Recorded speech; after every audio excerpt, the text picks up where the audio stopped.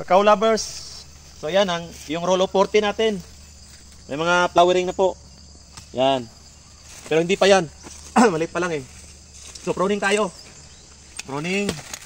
Marami pong naguguluhan sa tipping. Yung roll of 40. Bakit pa daw? Anong kaikikan yung roll of 40? Bakit po natin ginagawa? Ginagawa po natin siya para makapag-develop tayo ng mga sanga. Mga ganitong sanga. Ito mga bulaklak na siya. Makapag-develop tayo ng pruning type wine glass, di ba? So katulad niyan, ito.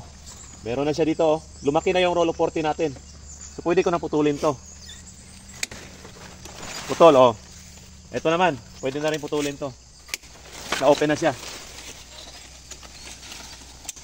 Yan. So para po lumaki yung marami po naguguluhan sa roll of 40 yung mga tipping. Para po lumaki yung mga sanga na rito. Ito siya magdadala kasi ng bunga. Tapos ito, roll of 40. Ito, may dalawang sanga siya. Oh. Dalawa. Ito yung model natin.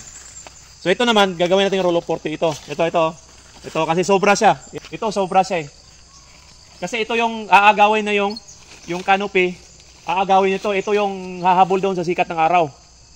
Kaya tataas ito. Hindi na siya pantay sa taas. Yung laki. Ito nang importante sa kakao. Dito tayo magbe-base. So, pwede itong palakihin ito, roll of 40, tubon.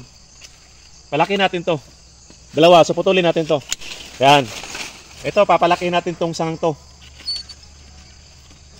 Yan. Dito sa gitna, tukanan ko. Roll of 40 pa rin. Papatubo ako dyan. Para pantay siya. Ito, mabawasan ko konti. Dalawa siya, tanggalan ko na ng isa. Ito, tatlo. Tanggalan ko ng isa. Ito, okay na to muna. So, magde-develop siya. Yung dito, magde-develop papunta sa taas. Kapag titingnan mo, pantay talaga yan. Tapos mag-aabono kami uli ngayon. Ayan na po. Importante yung mga sanga rito. Dito tayo na sanga.